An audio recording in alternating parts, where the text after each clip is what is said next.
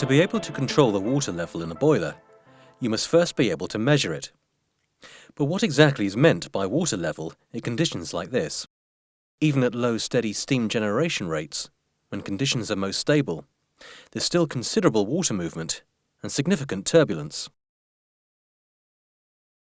When we talk about the level of still water, it is very clear what we are referring to.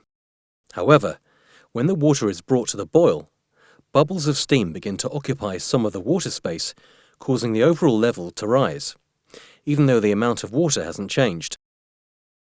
The more vigorous the boiling, the higher the level becomes. The upper surface consists almost entirely of large bursting bubbles, and inside a boiler, the thickness of this bubble layer can vary depending on the circumstances. Level gauges aim to measure the level of the top of the boiling water, just below the bubble layer, where the water-to-bubble ratio is fairly representative of much of the boiler, and this is the level you see in the gauge glass. A gauge glass achieves this by providing a protected zone directly connected to the main boiler water, but free from turbulence and bubbles.